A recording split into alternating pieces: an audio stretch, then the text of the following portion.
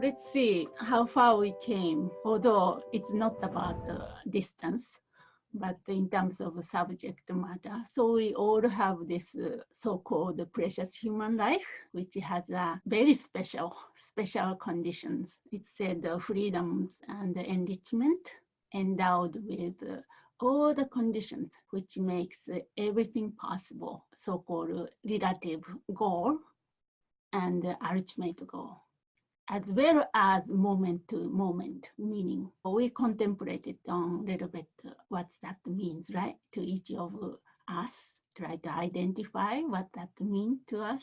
Then what's the obstacle? Why we are not really appreciating or take it for granted and really not making use of precious opportunities which we got, which is rare.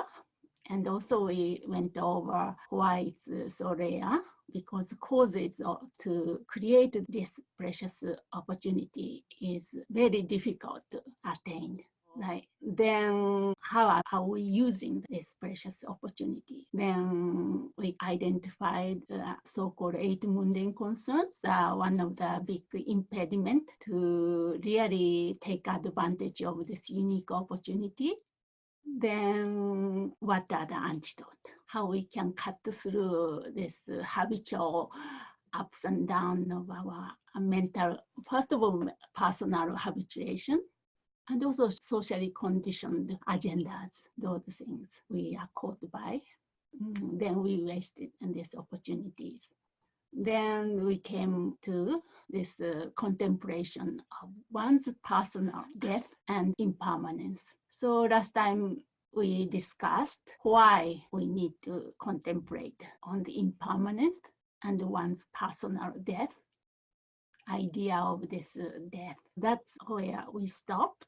We really didn't go into the death meditation, but the one way to look at the Dharma practice or Buddhist practice is the really preparation for death, you can say. That's one way to explain it. Death is like a stage at the Carnegie Hall. I like to think this way. One time ever during this lifetime, we are really preparing for that stage show on the Carnegie Hall. When time comes, I don't know when that show will happen, but when time comes, then we are completely relaxed, happy, okay, I've done my best to prepare this show. So I don't need to get nervous, I don't need to get freak out, just allow the body to, or whatever nature to do its own thing. Actually, it started to dissolve or disintegrate one by one, stage by stage.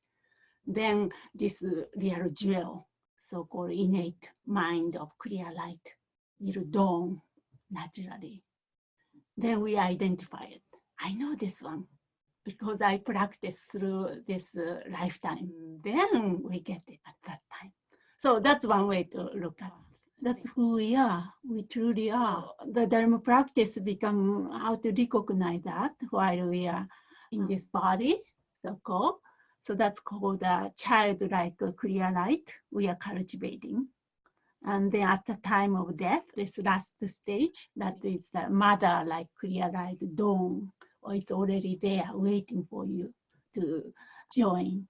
So when that's happened, this childlike clear light, which we are so familiar with cultivating in our practice, recognize, oh, looks like me, I found mom. Then jump, it's very cute, beautiful metaphor in Tibetan tradition. It's like a child who lost mom, kind of jump onto the mother's lap and unite. So childlike luminosity and mother-like luminosity, they unite. Then, rainbow body or awakening or move on to journey as a bodhisattva, coming back and help whatever you like. So contemplating death gives us a lot of meanings and values. So we have to ask ourselves, what's my healthy relationship to death?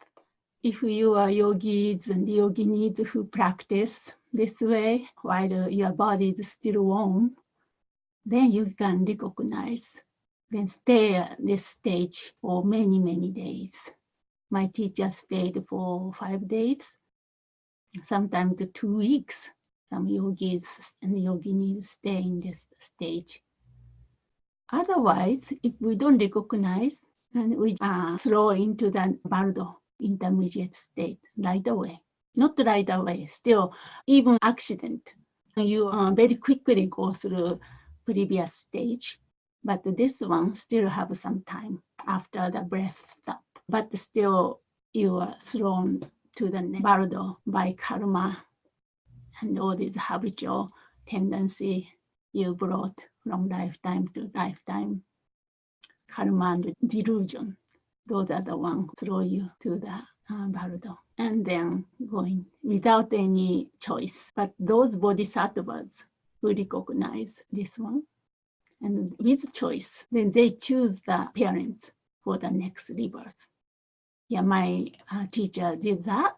He asked Dalai Lama where to be reborn. Even very close to this stage, he was able to control over his own rebirth as a bodhisattva. So as a practitioner, we are inspired to do so. So point of this is to really connect and intimate with one's own, something which definitely we know, which is death, right? Death is definite. So we make a relationship with death so that our life becomes meaningful. We will be able to stay in the present moment in a meaningful way. Make wise choice, not easily carried by the life trivials. How would you feel about this whole thing? What's your healthy relationship to your body and your death? Meditating on one's own death process gives us a lot of insight how to stay in the present moment, how to be present in the face of fear, and also appearance, emptiness, so forth.